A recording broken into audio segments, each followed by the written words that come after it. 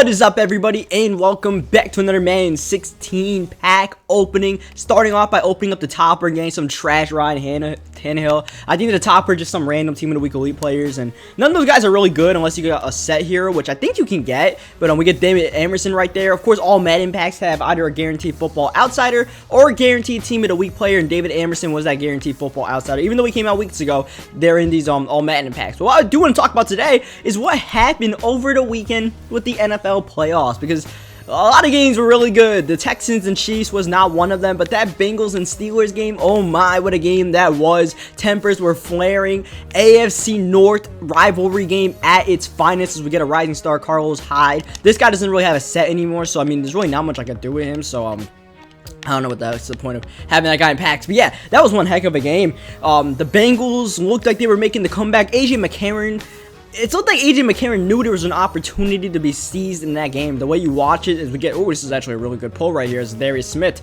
That guy's got to be going for a ton still, even though they came with these all Madden packs.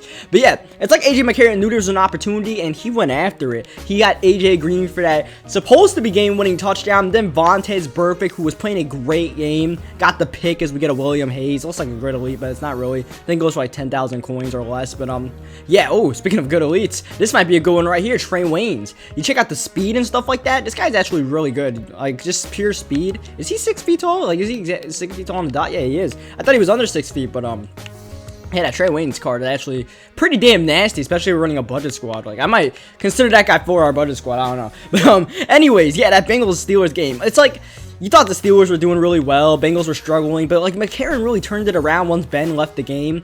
And then, of course, they blew it. I mean, really, I don't feel bad for the Bengals because those guys should have been calmed down a long time ago. Like Vontaze Burfict, Pac-Man Jones, all those guys were, like, way too emotional in that game when Gio went down and what they thought was a illegal hit. Those guys were all over the place trying to fight. Jeremy Hill was in the middle of the field trying to fight, and just kind of dumb, and you know they lost it. That Vikings game though, Vikings and Seahawks, I just feel bad for the Vikings the way they lost that game, because I mean they had a great game plan. Obviously the Seahawks shot themselves in the foot. Russell Wilson was not passing the ball well in the conditions that were presented, the cold weather and stuff like that. He was floating a lot of footballs when guys were open for touchdowns and stuff like that downfield. But yeah, the Vikings just played a great game. AP really did not have a good game, but otherwise, a lot of their defensive players had really good games, like Sharif Floyd. Even Trey Waynes, we got his team of the week card, played really well.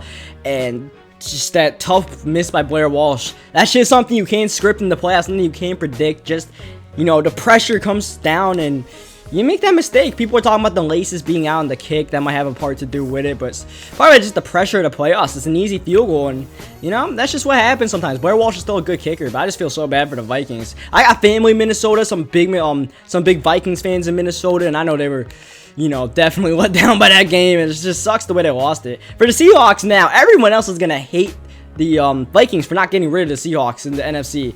And then, of course, the last game is Packers and Redskins. That game, it looked like the Redskins were rolling, and really Kirk Cousins gave that game up by fumbling that ball. That's just, you can't do that in the playoffs. You have to know when you have an opportunity. You have to keep your foot on the gas pedal, and they were moving the ball downfield, but Kirk Cousins just didn't have good ball security. He fumbled it once before, and he recovered his own fumble, and he should have learned from that. And of course, Kirk, that was his first playoff game, so he'll learn from that if he ever gets back there with the Redskins, and, you know, be better as we get ourselves a Marquise Colson in our last pack. But, you know, Aaron Rodgers, meanwhile, he played like the Aaron Rodgers of old. He was audibling at the line. They came out with that Randall Cobb in the backfield formation, and a lot of credit has to go to Mike McCarthy for that game, but Rodgers definitely, you know, took command of that game the way Kirk Cousins should have. That maybe could have gotten the Redskins the win. And then, of course, the run game came in and all that. But that's the end of this pack opening. We ran out of packs. Hope you guys are liking this video. If you guys enjoyed it, subscribe for more, and I'll catch you guys next time.